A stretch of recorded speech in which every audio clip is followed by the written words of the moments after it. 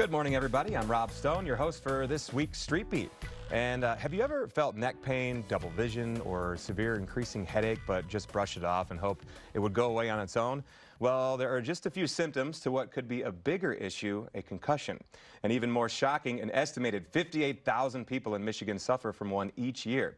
Here to help educate us on this serious condition is Special Trees COO Joseph J. Rickert and Chief Nursing Officer Leila Hickenbottom. Welcome to the show. Thank you. Thank you. So let's talk about this, because that number right off the bat, it's kind of unbelievable. 58,000 people in Michigan suffer from a concussion each year. Can we talk a little bit more about how that happens and how maybe some people don't even realize that they have a concussion? Sure. I think first it's important to understand that it is a traumatic brain injury. And I think when people think of TBI, they're thinking of the most severe form without realizing that brain injury happens in a spectrum. So although a concussion is considered a mild TBI, it can have some very serious effects. So it's important for people to be aware of risk factors, what a concussion is, and some signs and symptoms that can help them recognize if they're potentially a victim of it. So out of those 58,000 people, what is the most common way that those are getting concussions?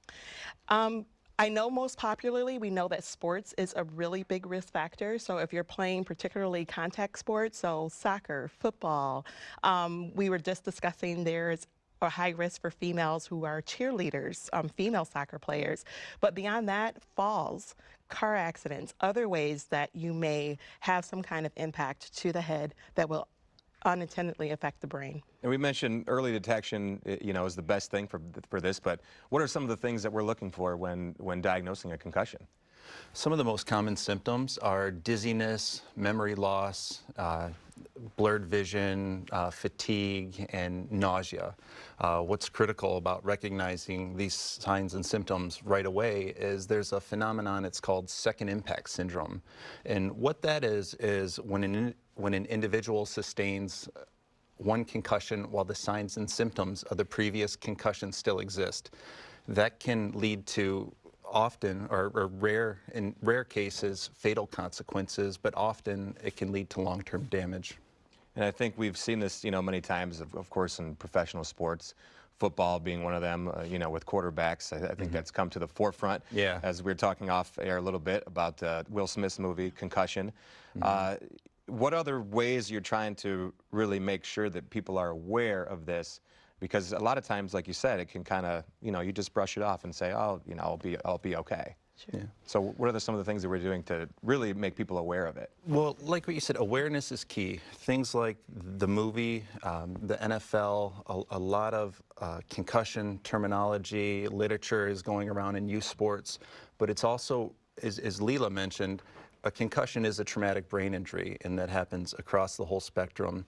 The elderly is a population significantly at risk for falls, also toddlers, your youth. So it's not just youth sports, but across the board. So youth sports is one of the major ways you would get a concussion as well. But what are some of the ways that youth sports are trying to prevent that now? So sure, we actually have a lot, particularly supported by the Michigan Law on Concussion Awareness, where now athletes, coaches, sport medicines have to be aware of signs and symptoms as well as the risk factors for obtaining a concussion. We do know that when we suspect that that has happened when you're playing a sport, that it's required that the player is removed from the game, fully assessed, and have a period of time where they're able to rest and recover, and then cleared before they're able to return back to that activity. And I think one thing, as we talked about as well, is when I played football back when, it was like if you got hit, and you see stars, they just said, hey, you got your bell rung, so get up and walk it off. So now we're actually implementing different strategies so that, we don't have further injury, right? And I think what's important is just to emphasize what Joe just mentioned. Symptoms may occur immediately, but it can actually take up to 24 hours, up to weeks to discover that you're actually suffering from a concussion. So that immediacy to return is why you need to take the time and really assess, realize what has happened, and really pay attention to changes in the person's status and baseline to make a determination. So if you are diagnosed with a concussion, what is the main treatment? It's just rest and staying out of the way of those contact sports or whatever it is so that it doesn't happen again, or is there anything else going on that we could do? Rest is huge. It just takes time to recover from a traumatic head injury.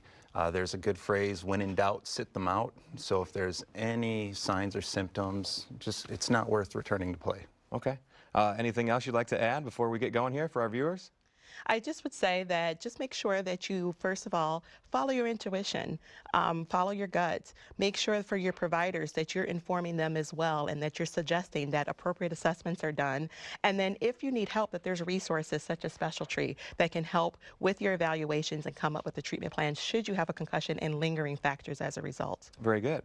Well, thank you so much for coming on today and sharing all this great information with us. Thank you. Thank you very much. And to learn more about Specialty, please visit specialtree.com.